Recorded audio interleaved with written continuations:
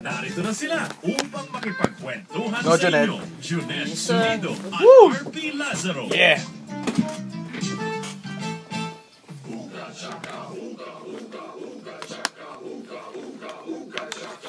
Magandang gabi ho. Nako, salamat po sa inyong pakikinig. Ito po si RP Lazaro, si Junedo. Yan na, nakaupo na. Magandang gabi po sa lahat. Ako po si Junet Sunido. Samahan niyo po kami dito habang lumalakbag tayo at mag-uusap tungkol sa internet, social media, digital gadgets at iba-iba pa na walang ganon jargon. Walang jargon. We will explain namin sa inyo lahat. Mga tanong ho ninyo. Meron na tayong mga numbers dito na nakapaskill dun sa ating Facebook page. At makikita din natin dito sa, pwede kayong tumawag sa, yun, 470-1750 hanggang 55. Pwede ho kayo mag-text 0908-136-6060. At meron na tayong Facebook page, facebook.com/mag-internet tayo. Pwede rin ho kayo maglagay ng tanong nyo. Twitter at DWIZ882. Okay, so simulan na po tayo, no? So RP, ang ano natin, ano yung mga words na, ano yung ating mga salita na galing sa internet para for this week? Ayan, meron tayong mga ano dito. School tech muna tayo for now. Siyempre, bago tayo mag-umpisang makipag-usap tungkol sa social media, identify natin kung ano yung social media. Yan yung may nagtanong sa akin kasing cab driver dati, Juned, eh. Sabi niya, ano daw ba yung social media? O sige, tatlong bagay ang pwedeng mag-identify ng characteristics ng social media. Number one, kailangan gumagamit siya ng internet. Yan.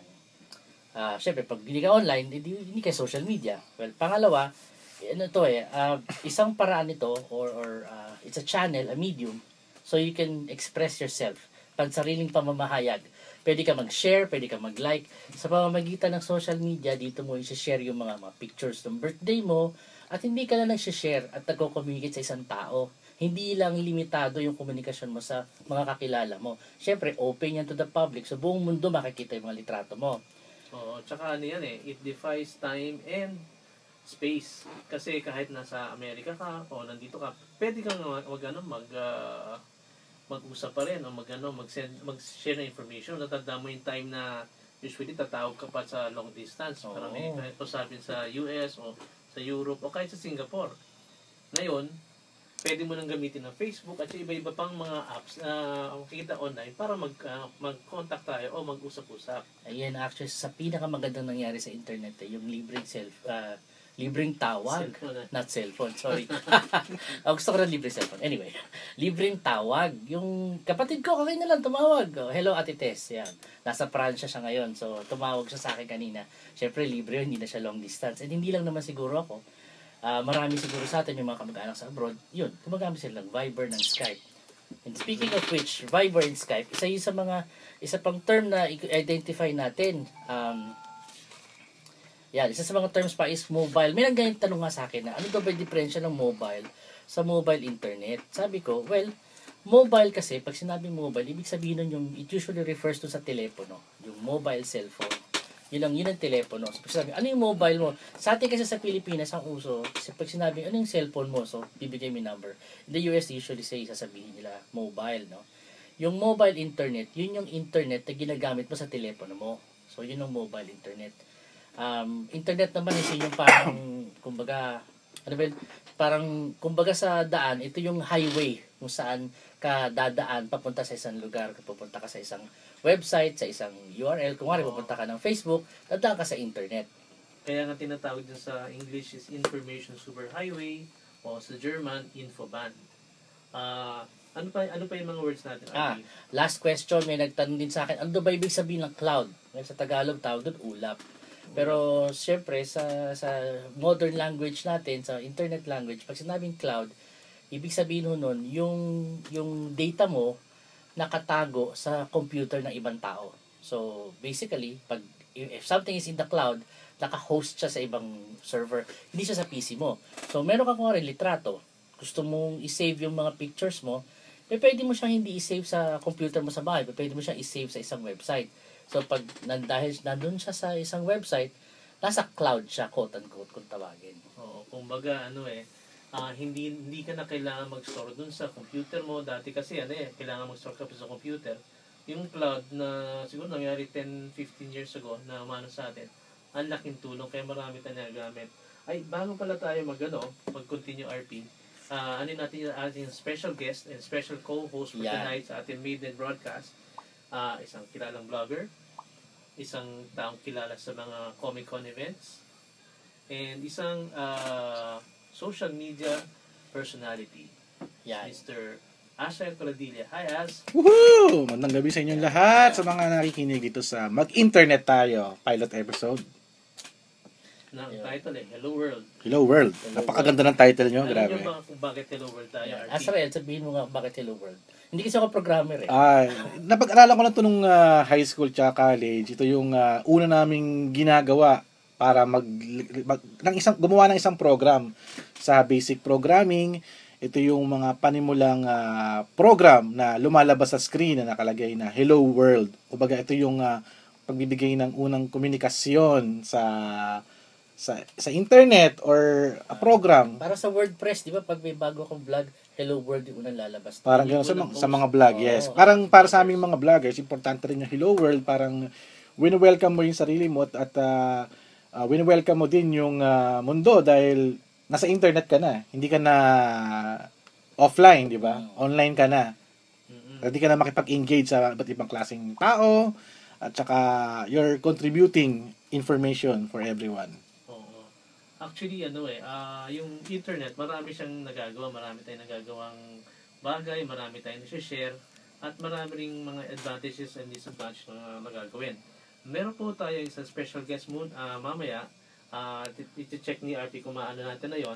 Pero habang chine-check niya, isasad ko daw sa inyo o ipapasada natin ang ating mga online news na this week lumabas. Mga pasample-sample lang. Okay, alam nyo ba yung telephone na Xiaomi? Oh, Xiaomi, yung bagong telepono yun, mas mura yun sa mga branded na di ba? Oo. Alam nyo ba yung Xiaomi na yon ang naging one of the top smartphones na nasa China? Top sa China. One of the top. Na tinalo niya nga ang Samsung in Ba? terms of sales. Kasi mas mura. Oo. Ang hawak niya na yun yung 40% ng cellphone market. At alam niyo yung rason kung bakit. Yung isang rason kung bakit yan, naglabas sila ng mga cellphone na mukhang iPhones. Okay? So yun pala yun. Yun. Mukhang iPhones. Sasabihin niyo kung magkano yung presyo. Magkano? $200 to $300. Parang 8,000 pesos lang yun. Without contract. Ba? Okay So without contract sa China, nilabas sila. Of course, sila yung na mamayagpag sa China na yon. Yung ibang brands nandun yung Lenovo, Yulong, Huawei, BBK, ZTE, o PPO, K-Touch, of course, Samsung, tsaka Apple or iPhone. Ito yung mga namamayagpag. Pag bumunta naman tayo sa dako dito sa may Amerika, nakagawa na sila ng tinatawag na science paper. Imaginein mo, isang robot na kasing nipis ng papel. Tapos nagsa-self-assemble, parang transformer. Ba? So, pwede mo siyang i-ship out, tapos siya mismo mag-assemble on Ang the spot. sarili niya. Oo, nagawa nito sa US. Sana may isang cabinet na study. ganyan, Sana na. Sana may ganyang cabinet, Pero nakita mo yung niya. Tapos ang ginamit nila, alam nyo kung Umamit sila ng yung principle sa ginagamit sa origami para magawa to. So, yun, very exciting yan. And siguro, yung isa pa ito interesting, pero siguro for the more mature people sa atin, alam nyo ba kung yung oldest profession in the world? Ay, hindi ko alam yan. Bata pa ako eh. Ha? Bata pa ako, hindi ko alam yan. Ano ba yan? Sabi bata, hindi bata isip. So, okay, ang oldest profession in the world, alam nyo ba na online, yung prostitution na yun, ay meron ng mga business yan online.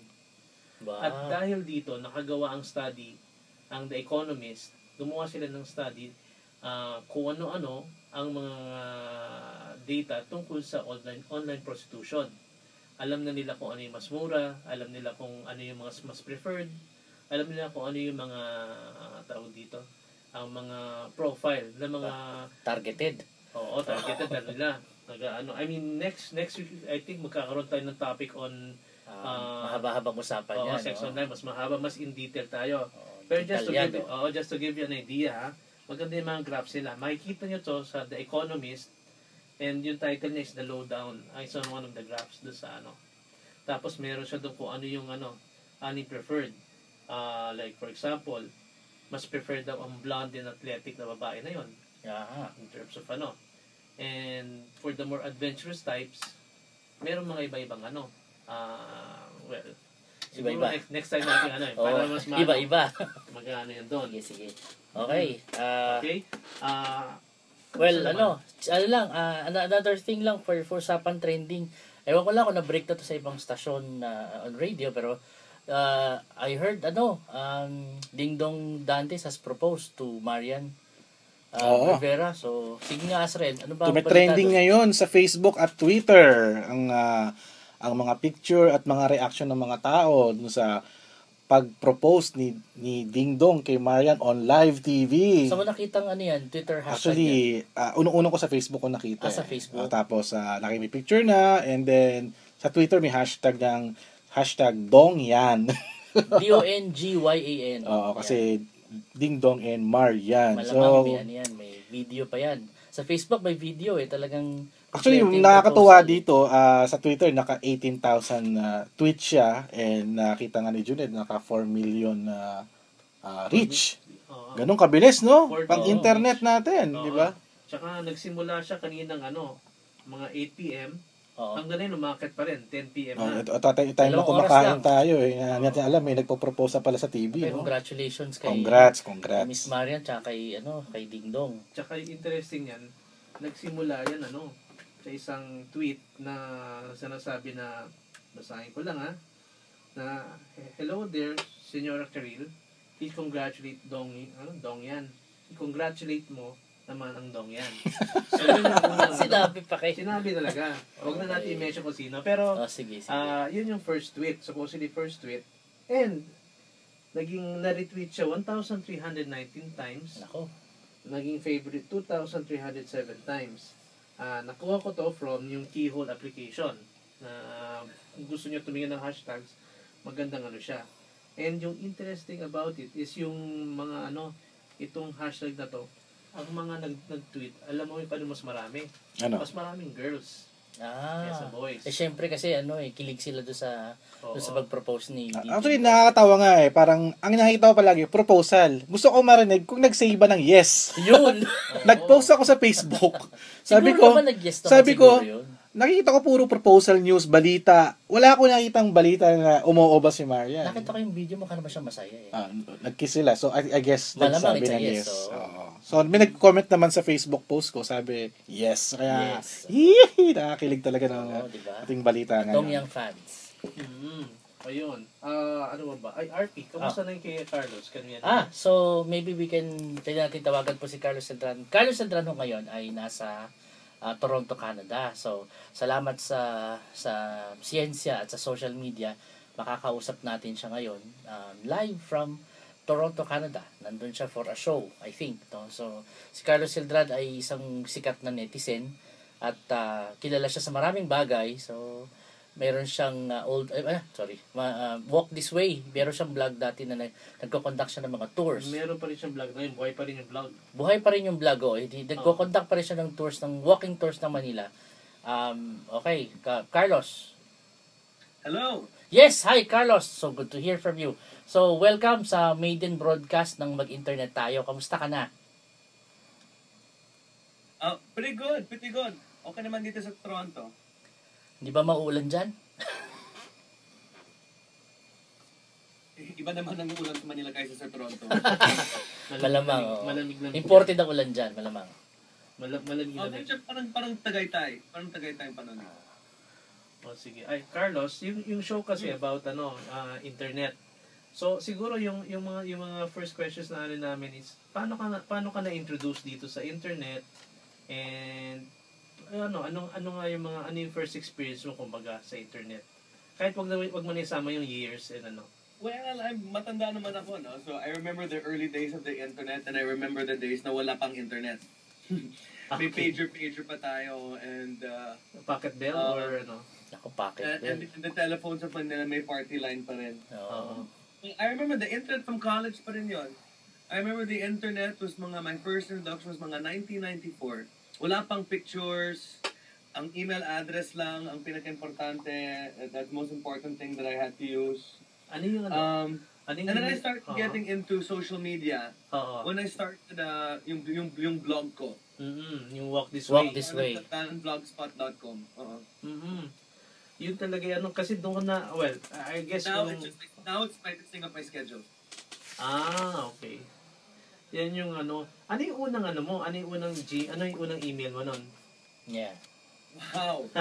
carlosceldran@rocketmail.com. Uy, buhay pa yun ha. Buhay pa yung Rocket Buhay Mail. pa yung Rocket Mail. Hey, hanggang ngayon, yung business email address ko ay celdrantours@hotmail.com. Antique na antique talaga yun. Hanggang ngayon, hotmail pa rin ako. Yung sa akin dati, Ed sa mail eh. Ako, my first email was Hotmail. Wala na yung Ed sa mail. My first was also Hotmail eh. Oo. So yun, anything funny nangyari nung sa yung mga first few years sa internet? Or wala na funny, mga memorable? Well, I was so ignorant about the internet. I had to ask people to even create my email address. I mean, ganyan katanga ako sa internet. And I remember that wala pang pictures, ang haba pag-download, and then kailangang dial-up pa rin, no? Do you remember yung days ng dial-up? Yeah, Yung- oo. 28 Mbps to, masaya na ako noon. Oo, remember that? KBPS pa pala, oh. Sa ano ka ba? Did you have it at the home or did you go to the yung mga internet shops nun? Yeah, in the early days, internet coffee shop. Kasi Yeah. nakatira ako sa New York. I started my internet life talaga when I was living in New York sa 90s. Okay. So at least mas na doon, mas... Ang mahal ng computer noon eh. Ah, Ngayon mas ah. mura. Everybody can have a smartphone, anybody can be on the internet. Oo. Pero noon kailangan may desktop computer. Wala pang laptop, hindi pa usong laptop. Tanda ko pa yung sa akin, white ano eh. Ano yung tawag doon? Yung white monitor pa yun nun eh. 286. 286 na sabi yung ano. Carlos, meron akong tanong. I have We're a giving our question. age away, pare. We're giving our age away. Carlos, I have a question, no? How do you handle people who try to bully you online? I deal with it. Sometimes naman nagre-react ako kung masungit ako, kung hindi pa ako nagkape. But most of the time, I take it with a grain of salt. I mean, talagang, matanda na ako eh. I've been through so many years of internet bullying, especially ng panahon ng Damaso. Ang dami nagbubully sa akin, ang dami nagsasend ng hate mail. Sanay na ako. I have to say, talagang hindi na ako balat sibuyas. Oo. Parang buhaya na yung balat ko. I really don't care because it comes part of the package. Yeah. And sa isip ko, the good parts outweigh the bad parts. For every, there will always be 2 or 3 more benefits that you get. Oo. What would you advise people? Siyempre, mga kabataan ngayon, minsan nakakatanggap sila. Huwag kayo magbalat sibuyas. The internet is not reality. Aha. Ang buhay sa labas ng computer ay ang totoong buhay. Ang buhay sa loob ng computer ay kailangan iwanan sa loob ng computer. Ayun. Ito pala, ilang oras ka online? Tsaka ilang oras ka, siyempre, offline? Too much. I'm trying na nga to stop eh. I would say I'm 2 hours or more every day. 2 hours or more every day? Dito na assistant na, but now that I'm working for a while doing my project here in Canada, mga 30 minutes lang ako araw-araw. Okay. Tapos, na-mention kanina na yung sa vlog mo, how it helped yung sa tours, no? Ano pang ginamit mo sa internet para ma-promote yung business mo? I think more importantly, yung mga advocacies mo. It's a good communication tool. Ang lawak na lawak talaga ang audience. And then, may consistency pa sa information. Kasi dati sa mga tours ko, kung may naghingi ng information tungkol sa tours ko, yung mga schedules, tina-fax ko. O tina-type ko at tina-text ko ang bawat customer ko. Oo. Ngayon, with the internet, sasabihin ko lang, go to my website, ang lahat ng information ay nandyan na. So that's one of the most important things. Consistent yung ang provision ng information para sa akin. Mga mga nakailang emails a day dyan sa ano? Oh, I get too many emails a day. I have around 60 emails a day. Wow, that's a lot. Yeah. Well, including spam. Okay. Yeah. 40 emails a day. Marami ang spam. Oo. nag-ano dyan, nagkaroon ka ba? Hotmail, what you expect. Oo. Doon naman sa ano mo sa advocacy mo, ganun din ba yung use mo doon sa internet or of course, ano yung extension ng offline advocacy, pero were you did something more creative dyan? Well, with the internet, I wouldn't say the internet is the reason for my advocacy. Isang tool lang to para sa akin. I mean, when it comes to activism, yung importante dyan na yung word act. You have to get off your computer at pumasok sa totoong buhay. Like yung ginawa ko sa Damaso, I didn't do the Damaso act on a computer. I really had to get up, get into a car, go to Manila Cathedral, do the action, and then the information is helped disseminated by internet. So it's very important in spreading the information, but without true action in the real world, the internet is not going to change much. So you really need real world action. So importante yung sinabi mo, no? Yung internet is just one avenue na pwede mo, but you still need to go on the ground or act itself, di ba? In order to achieve what you want. The real world, naman. You have to balance it out. You can't yung tinatawag nila armchair activist. Hindi pwede yun. Reklamo sa internet pagkatapos wala namang ginagawa. I don't like to be that person. Nag-ano dyan. How about relationships? Have you had let me see, nakatulong siya in any way? Kasi we were talking about na yun, mas madali ka na mag-contact sa mga tao, mas ano pa yung pwedeng nagagawa ng internet for yung relationships? Well, when relationships, it helped me get into contact with my mates, all my old college classmates. I have to say the internet was very good in that. But when it comes to mga dating sites, may asawa na ako for 16 years. Paano yun? Paano yung ganun? You talk through Skype, through Hangouts? Yeah, Skype and Facebook. I'm actually, believe it or not, yung learning curve ko sa internet, mababa na. I'm hanggang Facebook lang ako, hanggang Twitter and Instagram. I don't understand anymore all of these other... I'm a very old man when it comes to the usage of my internet. Like yung kunyari yung Swarm o yung mga ano ba yun? Wala akong alam dyan. Hanggang Facebook lang ako. Matanda na ako. Hanggang Facebook. Kamusta naman yung sa Lingo? Magano ba? Nasanay ka na doon sa Lingo? Like yung... I like watching it, pero I'm still proud advocate ako ng proper grammar sa Tagalog at saka English. So, hindi ako naglo-lols, hindi ako nag-LOL. I don't use Jejemon in any of my speak. But I do understand the words that are going out there and just to keep in touch. What's the most amusing word na na-encounter mo dyan? Amusing? I don't know about amusing, but I know annoying. LOL. I hate LOL. LOL. You hate LOL. LOL. Laugh out loud? Akala pa una yung LOL ang ibig sabihin nun ay ulol. So, sabi sa back LOL. Why is it ulol? Pwede. Nag-ano ko na yung sa YOLO Bakit dami mga ulol dito? I think may questions kay RP kasi you can our listeners can actually call in questions. RP ka na yung may question yan, di ba? May sa mga nag-text, salamat po sa mga nag-text, no? Meron ho ang may nag-text. May nag-text, yes. We're on several platforms. Oo nga, iba na yung text. Yung isa parang nagaling ng US. Sabi niya, pwede na bang magka-virus ang computer pag pumunta ka sa mga websites para manood ng streaming movies? So, Carlos ba yun? Well, for whoever. I mean, Well, siguro, Yan, pwede ko sagutin yan kasi madalas ako manood ng movie sa online. Ako din, oo. Well, dun sa mga nag-view online, may maraming virus kung illegal, di ba? yes. So, Depende rin kasi sa website na pinupuntahan nyo kung legit ba to. Well, kung sa YouTube kayo manonood, I'm sure wala talagang virus doon. Pero kung pupunta kayo sa mga website na alam nyo nang maraming ads na lumalabas, yung mga pop-ups na yan, may mga peke kasing website na nagsuserve ng mga videos pero peke yun. So may possibility na magka-virus pa rin kayo yung computer nyo.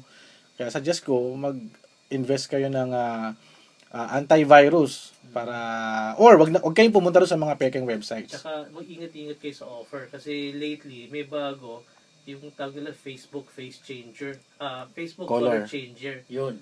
Ang ginagawa niya, pag inano, pupunta ka sa video, habang pinapanood mo yung video, kinukuha yung basically kumukuha ng temporary access sa Facebook account mo.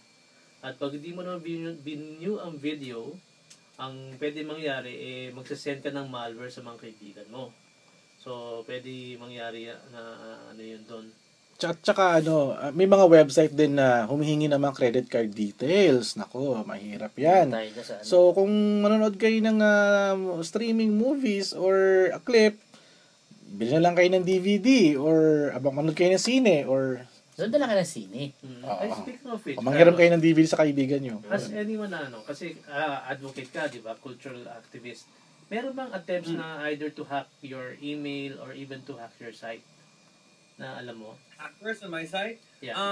Wala, kasi I'm very conscientious in changing my email password all the time. May warning ako every 2 months or every 2 weeks. I think I change my password. Wow. Mm-hmm. So nobody's really tried to hack my email nor my, because I'm very conscientious about it. But yung Wikipedia entry ko, ang daming pinabago yung Wikipedia. Yung page ko. Wikipedia So, entries. Yeah, kasi nababago yun, na-edit na ibang tao. Tsaka ang Yeah, yeah. they replace my name with she instead of he or whatever. Ang dami mga anti-dama, ang dami mga pro-Damaso haters. Ito yung that because of the RH bill, di ba? Yung ano? Yeah, I guess that's where I gained my most notoriety. Yeah. Nag-ano dyan, ano. Carlos, salamat ng marami sa panahon. Thank you very much for the time that you've given us. Thank you. All the best here from Toronto. Thank you very much and you have a good day in Toronto and salamat sa panahon na binigay mo sa amin Maraming dito. salamat, Carlos. Anytime, RP and Judith. Take care. Thank Sige, you. take care. Bye-bye. Bye. Oh. Okay, thank you kay Carlos. Okay. Salamat. Ngayon, ano naman? May mga tanong lang, no? Sisingit ko lang. Sige, kasi sige. may nagtanong dito si Cora ng Batangas. Sabi niya, Oh. may hinahanap daw siyang tao, kaya lang wala daw silang internet sa... teka, tama ba yung hindi ko? Wala daw sa Facebook yung hinahanap yung tao. Mhm. So, tatanong natin ang ating expert, resident expert natin si si Naging Azrael. resident- Azrael, paano ba pwede maghanap ng tao kung wala sa Facebook pero sa internet mo lang Oh, hahanapin? actually, gawain ko talaga yan. Kapag hinahanap ko yung mga Wala daw silang internet. kalaro ko nung bata pa, classmate ko nung elementary. Oo. So, yung iba wala sa Ano, Facebook. So, gumagamit ako ng Google for searching kung nasan na sila. So, minsan ginagamit ko yung full name nila in Google and then check yung images kung nalabas ba yung picture nila or may information na lumalabas. Kung baka kasi minsan kasi nababanggit Minsan nababanggit sa balita, minsan nababanggit sa mga blog, yung pangalan or full name. Or minsan pag na-recognize mo yung picture, it might be posted by pinost ng kaibigan nila. So, yun lang yung chance na makakuha kayo ng connection or information na sa mga nawawalang tao. Usually, ano yan Dati may experience kami maghanap talaga ng relative. Mhm. Usually, ano yan, either yung i-google mo, i-close caps mo yung full name, even yung nickname, o kaya minsan may mga directories talaga. At excuse pwede me, maganin. syempre si Cora nagtatanong, ano ba ibig sabihin ng close caps? Close caps. Kung kunyari, sabihin mo yung pangalan, RP Lazaro. So, pag-type mo muna, mag-type ka ng quote, tapos RP, tapos Lazaro, tapos quote ulit. Close quote. Bakit niya kailangan gawin yun? Ano lang yan kunyari, nag-search ka dun sa Google itself, ibig sabihin nun, sinasabi niya yung search engine na hanapin yung eksaktong word na yon. Kasi pag hindi, kunyari, wag RP, sabihin natin, Ricardo Lazaro, makakuha nun lahat ng Ricardo Lazaro, tapos yung second term, makuha niya lahat ng Ricardo, tapos lahat ng Lazaro. So, ano yan kailangan naka-close quotes, kumbaga. Tapos, maganda rin dyan, pwede mo rin i-check yung mga online records. Marami yan. Yung pwede mo puntahan yung also yung sa yung mga birth records, available yan, alumni records, online. And isang tip din, if the person is based in the United States, you can actually email the US embassy. They will assist you. A-assist sila doon. Pero kung local lang yung tao, nasa Pilipinas lang, ang choices ba niya ay yun lang hanapin sa Google search. Actually, yung ginagawa ko, Facebook, minsan sa Facebook eh. Kasi karamihan ng kakilala ko nasa Facebook. So, ginagawa ko, kung wala yung kakilala ko, hinahanap ko yung mga kakilala pa namin na may kilala siya. Friends of friends. So, pwede ako magtanong, asan na ba si Procopio o si Juan? O yan, Miss Cora, Ganun. meron ka ng kasagutan. Kung wala sa Facebook, puntahan mo yung mga kaibigan niya na alam mong Kasi- common friends ninyo, pwede yun. Or Google search like Juned said. Google search, tsaka yung mga online databases. Kasi hindi lahat yan na search o na tatag ng Google search. So mga online databases, pwede mo i-check doon. Yun. Ano yung may isa pang question? Yun lang for now. Mm-hmm. Yun. Tawag dito. Ano muna na tayo, no? Yung napag-usapan natin, this week, di ba nag-trend yung recently itong kay yung Marian tsaka kay Ding Dong na pero before that, may nag-trend din yung Oo. yung chicken sad. Away ng mga Chicken manok. sad. Chicken Naku. sad. Oo, Napakasad pupunta naman. po tayo sa usapang trending na yung kanina na Marian, na doon tayo sa chicken sad. So, ano yung niya dito? Ano yung mga niya dito sa chicken sad episode na to sa Twitter to? Nako, ako nung nakita ko yan, medyo nagulat lang ako kasi syempre pupunta ka sa Jollibee tapos walang manok. Diba? Parang malungkot yun. Talagang ang chicken sad. At hindi lang manok, di ba? Hindi lang manok. Yung sabi ng iba, wala din daw spaghetti, o yung mga walang palabok. Bahat may involved sa karne. Wala. Oo. Apparently, na lumabas sa Inquirer ba yun? O sa dyaryo na ang dahilan daw, naglabas ng statement sino ba yun? Yung parang one sa management ng executives ng Jollibee na nagka-problema sila sa system nila. Kung bakit daw walang hindi nagbebenta. Ilang tindahan yun dyan? 76 stores ang nawalan. 76 stores. Ang nagsarado. Ang Sinarado kinailangan nila. magsarado or magtinda ng limited menu. Apparently, ang ginagamit kasi ng mga ganyang malalaking kumpanya, gumagamit sila ng ERP, yung tinatawag nila Enterprise Resource Planning Software. Yun yung computer software na binibilang nila, yun ang nakikip track ng lahat ng manok na piniprito, kung ilang malalaman kung automatic kasi yan eh. Alam Ito ba nila. konektado rin ba ito sa internet din? Actually, hindi lang konektado sa internet, konektado yan sa bawat resibo na lumalabas. So, pag bibili ka ng manok, alam na agad ng supplier nila na, ito, 2 pirasong manok ang lumabas. Nabibilang na nila yan para by the time na dumating siya sa certain point ng, mukhang 3 kilo na lang ang manok na natitira doon, magde-deliver na sila. Automatic yun. Pag sira yung sistema na yun, paano nga naman sila maglalabas ng manok, hindi nila mabibilang. Parang naranasan ko na rin yan nung sa pagkuha ng NBA clearance. Nasira yung system nila. Oo. Yun na. Yari na. Pag Mahabang pila na to. Oo, ang mahirap kasi sa isang automated system, pag yung sistema in place, tapos biglang mawawala siya, ay medyo iyak tayo dyan. Oo. Chicken sad talaga. So, wala talagang lack of supply o hindi naman nakulangan ng manok sa Ako, kadami-daming manok. Ako, Minsan daming manok. Nabalitaan ko na itong chicken sad nung nakarang araw lang. Kasi ginamit din ng mga kalaban, syempre, ganun Oo. talaga negosyo. Ginamit din ng competitors, so may kanya-kanya na silang mga labas ng ad. Pero I think ngayon okay na. So pag nagpunta sila ng Jollibee, di may manok na ulit, di chicken joy na ulit. Parang I guess parang huling basa ko sa internet ng mga news may mga ibang branches na nagkakaroon na Paunti-unti. Oo, paunti-unti.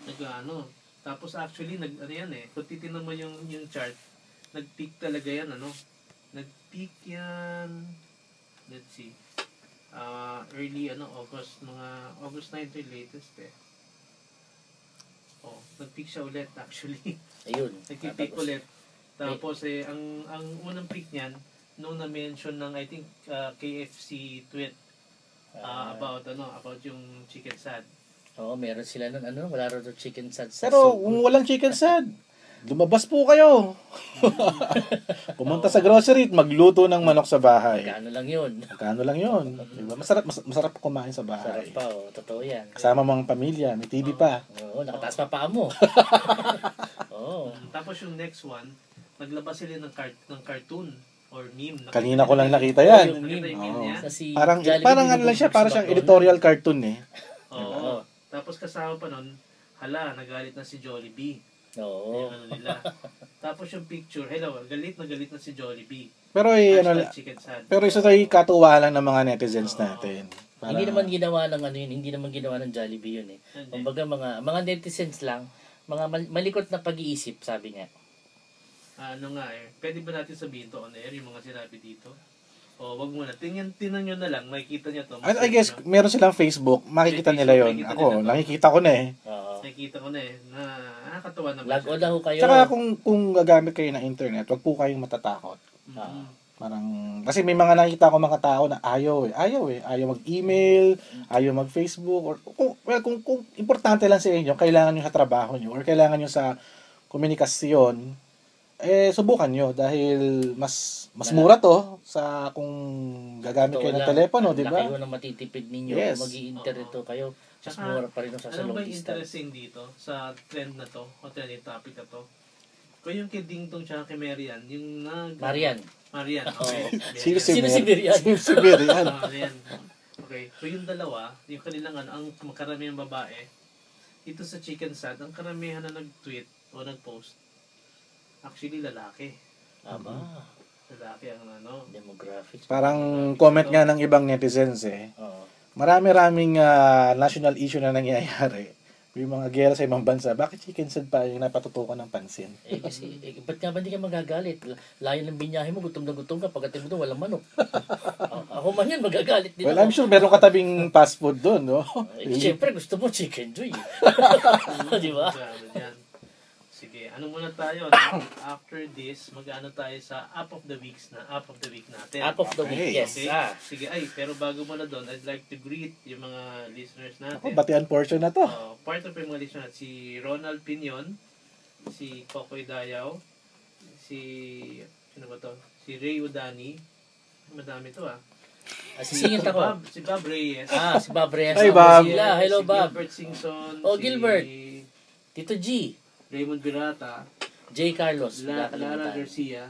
Tony Sarte de Leon. At mga, Wyatt Belmonte. Lay Patalinhog. Si Lai Patalinog. Yan. Yan yung mga pamilya ko sa Chicago, nakikinig sila ngayon. Live stream. Nakita lang araw ako sa webcam Ayun. Hello kina Ron, kina Jen, kina Ted. Nakikinig sila ngayon. Lahat sila, nakita lang yung message ko sa Facebook and nakinig sila bigla.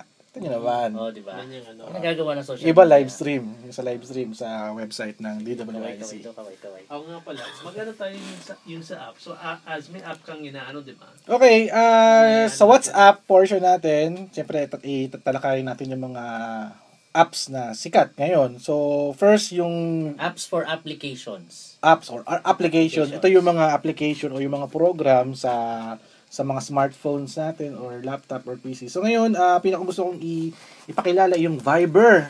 Ang Viber ang Viber ay isa sa mga sikat na social messaging app na ginagawa ng mga kabataan at mga katandaan.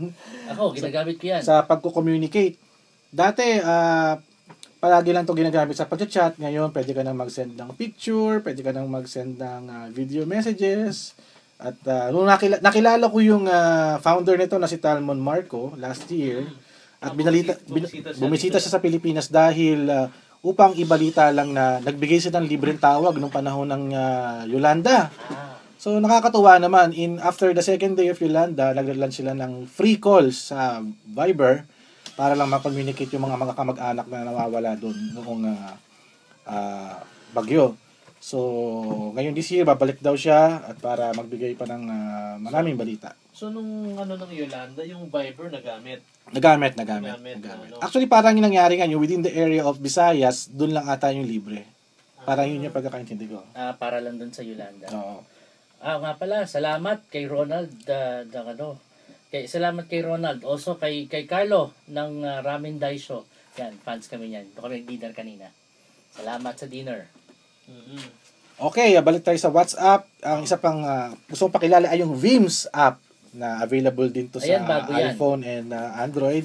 Ito yung Vims app. Kung nauso yung Instagram na kumbaga ay picture lang, itong Vims app ay pwede ka mag-upload ng picture as lalagyan mo ng boses. Yung picture mo ba gumagalaw o picture Hindi. lang siya talaga? As in still photo lang siya pero pwede mo lagyan ng boses. Pwede ka magsalita o pwede mo i-capture yung environment na sounds.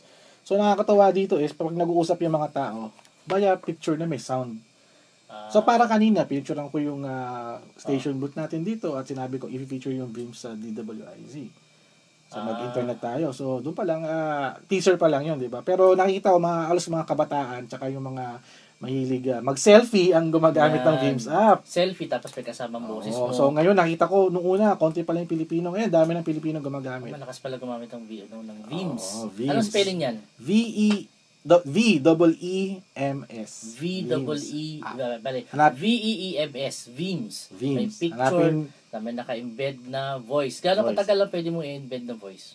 I think mga 5 seconds. 5 seconds. 5 Pwede na seconds. pang hi, hello. Yes, hi, hello. And mga bumati ka, gano'n. So, alos lahat na nakita ko eh. Good morning, good evening. Itong kinakain ko. Yung mga nakikita. Pero cute siya. Hindi ba siya mabigat dalhin sa cellphone? Hindi siya mabigat na download? Bago pa lang kasi itong application, so marami pa silang changes na ginagawa. Nakausap ko din yung sa mga founder din, Okay. via online. Ah. So, nakakatawa, no? Bali, yung mga founder ng mga bigating apps, nakakausap natin, no? So, sabi nila, marami silang changes na gagawin at pagagandahin pa nila application. So, ngayon, medyo simple pa lang yung app nila dahil nasa, I think, third generation stage na sila eh. Aha. See? So, ayun, ang ating WhatsApp news for Yan. today. Vims and Viber, don't forget. Tapos yung ano pala, may additional tayo pahabol na from San Francisco, nagpapag-greet.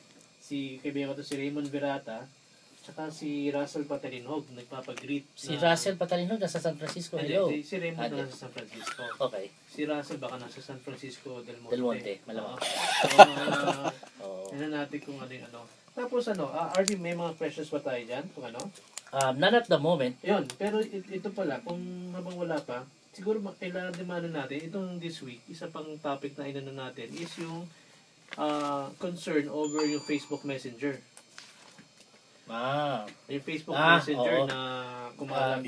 Kung napansin ninyo, yung gumagamit ng Facebook sa cellphone, ayaw ko, napansin nyo rin siguro to, pag pupunta ka sa messages mo, may lalabas doon na indication na either you have to, kailangan mo i-download yung Facebook Messenger app. Meron doon learn more. Download na or learn more. So, sa madaling salita, hindi ka na makakabisita sa messages mo kung hindi mo ilalabas hindi mo ila-download yung Facebook Messenger app. Ngayon, sa cellphone mo, dalawa na ngayon yung app mo. Isang Facebook app lang na Facebook para sa sharing tsaka sa liking ng posts, tsaka isang Facebook Messenger app para lang sa messages na nakahiwalay. Personally, ako hindi ko siya gusto. Kasi, syempre, una-una, ang telepono ko, limitado memory. Pag download ka ng maraming app, isipin mo, for one feature, dalawang app na download mo. So, medyo kumakain ng memory yan. Alam mo naman ng Android eh. I don't know kung anong behavior niya sa iOS. Na-try mo na ba yung Duo? Ano yung Duo? Meron kasi mga app na Duo or Luo na usually, technically cleaner siya. Ang ginagawa niya, speed na yung Android mo. Meron ako nun. Meron akong parang cleaner app sa But kaya lang, nandun pa rin yung fact na hindi ko siya mabisit. Hindi mo pwedeng hindi ako mag-download. So, medyo nainis ako ng konti dyan.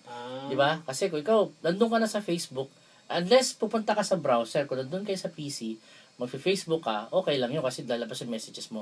Pero sa telepono, dalawang apps ang kailangan mo. Isang Facebook, isang Messenger. Kaya yun ang kaya yung medyo yung mismo, maligalig. Yung mismo kasi yung Messenger app na yun ng Facebook. Ang lumabas kasi doon sa Huffington Post na isang blog, nagsulat siya na yung yung app na yan, ang ginagawa, basically, it gives it control over your full cellphone. Makikita niya yung mga tumatawag sa'yo. You can even make calls, allegedly. And also, you can even take your photo without you knowing it. Yan ang mahirap. Kaya naging concern. Kaya marami ang tumigil gumamit bigla nung app messenger na yon. Kayo ba ginagamit nyo pa rin ba? Ako, ginagamit ko kasi kailangan ko siya for communication. Kailangan ko rin And medyo busy yung kamay ko sa phone ko eh. Kasi minsan, di na nga text yung ginagamit namin. Sa Facebook na kami nag-uusap eh. Marami akong kaibigan, hindi ko na alam ang number nila. Oo. Pero sa Facebook, hindi ko na kinukuha. Yung Facebook Messenger ginagamit nyo? Ginagamit ko pa kailangan rin. ko eh. Kaso yung issue nga natin dito is yung privacy issues. Tsaka yung terms of service ng Facebook Messenger na which is na binibigyan mo ng paalam yung Facebook Messenger to grab all data. So, lahat, yung mga messages mo, mga picture mo, lahat yan, nire-record nila. May nag-message dito si Ron Orial Daronday Villa Gonzalo. Oy, pangalan? kilala ko yan. Oo, padre, kilala kita. Sabi niya, suggestion niya, just uninstall the FB app, tapos magagamit na siya ulit sa FB app mismo to send messages. Tama Yun ang suggestion niya. Pero kung ayaw nyo gumamit ng FB Messenger app, may mga third-party application naman sa mga Android Store tsaka Apple Store. Well, pwede nyo yung gamitin yun. Maghanap na lang kayong the best alternative application. Hahanapin mo lang naman dun sa sa Play Store tsaka sa sa Apple Store, sa iTunes, di ba? May nagtanong dito, Oh. sabi niya, ano daw ba magandang messenger app? Actually, marami yan. Merong Line. Si Ronald nagtanong siya. Ano daw ba yung Messenger ng Facebook o Messenger ng... Messenger, basically. Kung social messaging app, mayroon tayong mga application like Viber, Skype, Line. Ano ba yung pinaka maganda? Ano ba mas maraming gumagamit? Actually, depende. Opinion mo, WeChat o Line, ano mas maraming gumagamit doon? Hirap eh. kasi meron ako eh. Depende kasi sa mga kaibigan ko kung ano yung ginagamit nila.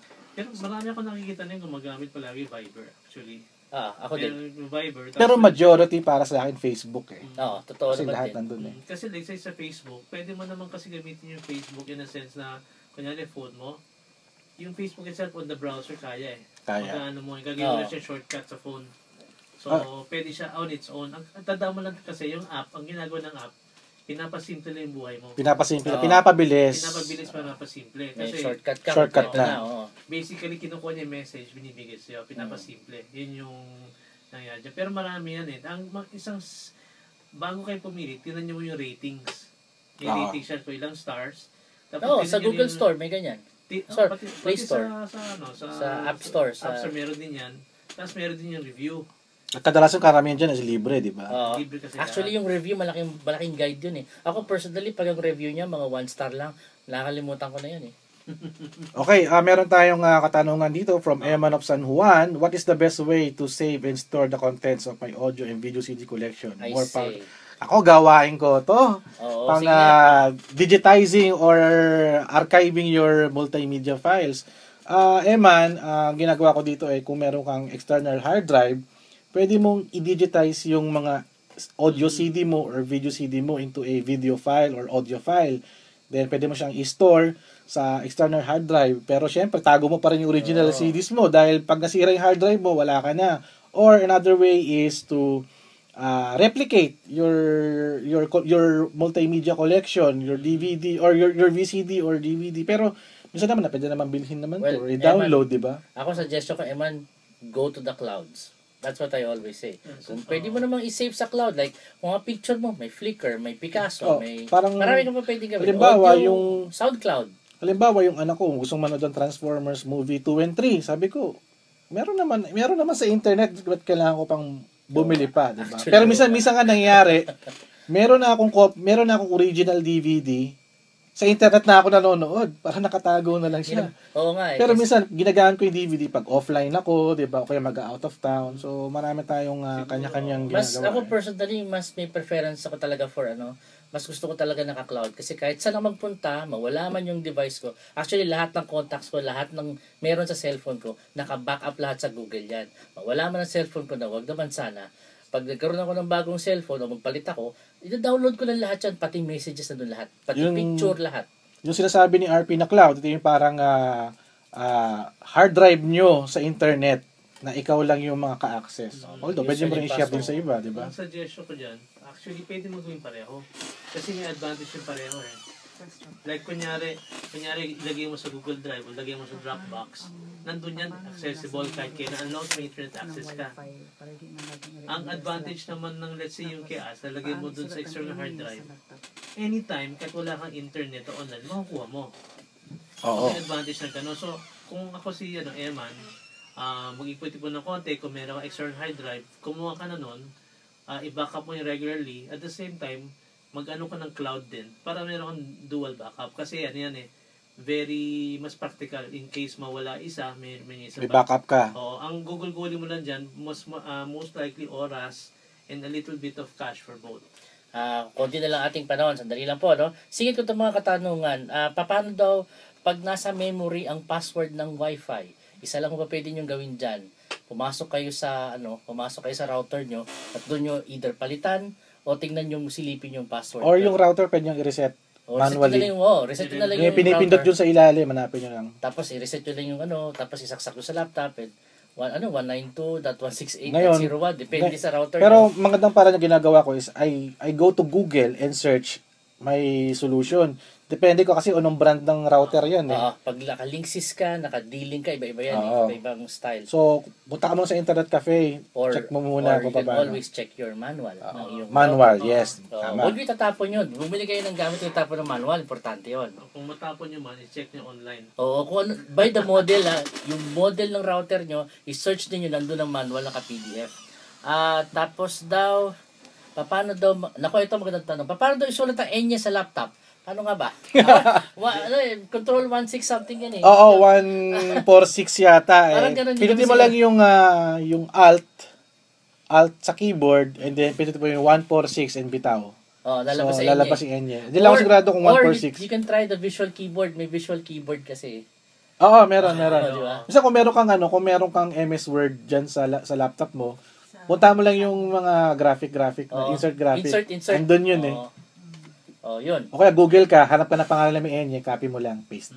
Kaya din, pinaka-simple. Yun. Pinaka-simple. I think tayo ba may oras pa?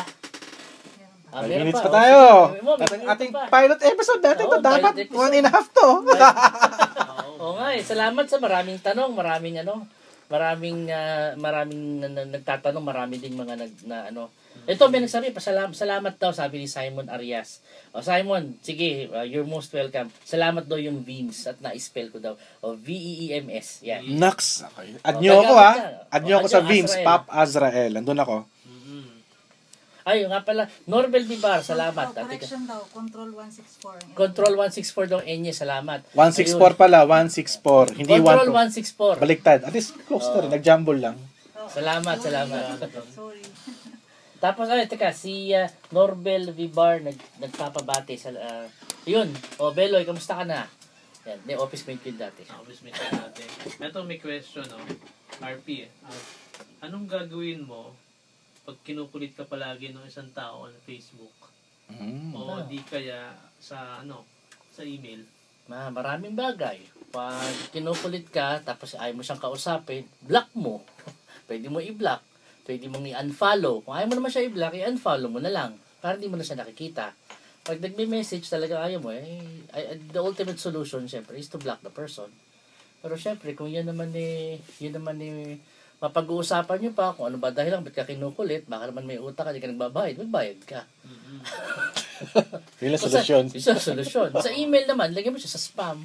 Pwede mo naman siya you can always block the person. You can block din eh. Okay. Tapos ito daw. Ano yung magandang site na pinupuntahan nyo in order to get books or mga comic books? Sa'yo yan. Asrel tanong yan. Kaya to.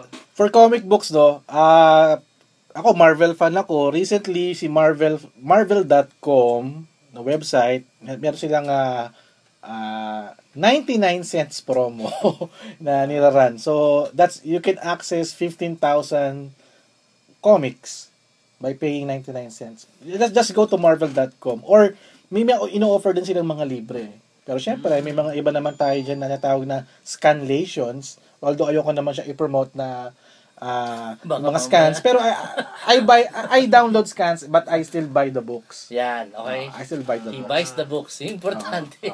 buys the Ay, book. meron isang question dito. No? I think, Junel, ito related to sa pinuntahan nating meeting a few days ago. Sabi niya, ano daw ba pwede niyang gawin kami ng blackmail sa FB, sa Facebook, pinablackmail daw siya. This question is best answered by you. Sige nga, Judith. Depende ko kung paano siya pag binablackmail Kasi nagiging issue na rin yan. Kunyari sa social media, parang cyberbullying na rin. Oo. Meron isang we can recommend you to a group that will actually help you get rid of yung nag-blackmail on Facebook kasi advocacy talaga nila yan. We'll have them here guests within a week's time. But if you want, you can contact us actually. No, sa Facebook page namin, mag-iwan ka ng message. Kung Direct sino, message mo. mag-direct message ka lang sa amin doon, mag-private message ka. Tapos, kung sino man kung ano man yung problema mo, nagba-blackmail sa'yo, tell us the circumstances, we will refer you to the right group. Oo, kasi mahirap magbigay na hindi clear kung ano yung Kung ano yung circumstances ng blackmail. Ng blackmail Although very common yan sa sa Facebook eh. And not even Facebook, Twitter and email, nangyayari yan. Actually, kahit saan. Yun. Okay? That's it. Mm-mm. And we have 60 seconds. 6 seconds. Just in time. Ay, you nga have pala. any to plug in. Oh, yes, I will definitely sa mga nakikinig po. Gusto niyo bang makabasa ng mga about food reviews and whatnot? I blog at rplazaro.com. Ayun. Azrael, I think meron din isang activity yung friend natin. Yeah. Una sa lahat, iniimbita ko kayo na pumunta sa blog ko, azraelsmaryland.blogspot.com or yun na rin ako sa Facebook, Pop Azrael. At yung kaibigan namin si Vince Gulang ko ng When in Manila. Vince. Hi Vince.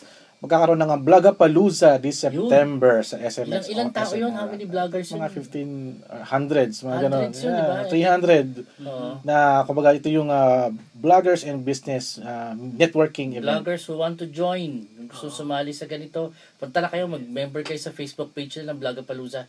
Yes. Ako naman, pwede nyo anin sa Baradillo Pamphlet, hanapin nyo lang yun doon. Tapos, siguro, last word, maraming salamat sa pagkinidig nyo. Remember, TBC, think before clicking, o mag-isip-isip bago mag-click-click. Sabi ng mga kamag-anak ko sa Iloilo, maminsar antes mag-click. Good night everyone, As. Maraming salamat sa pag-imbita. Congratulations RP Juned for the launch of your tong show nyo. Mag-internet tayo. Salamat po at huwag kayo mag-panic, mag-internet tayo. Saturday ulit. Thank you. Woo! Yeah! In love Thank with... you. Thank you. Galing. Pwede na. Paano na ba ito? Please? Kasi it's all about things that you already know. Uga. Kung tinanong ako ng math, huwag ka sabi. Di ba? Wala naman tao ko sa picture, dali, picture. Baba. Who gonna feel it? Boot tayo pare, boot. Boot. Doon ako sa kabila. Woo!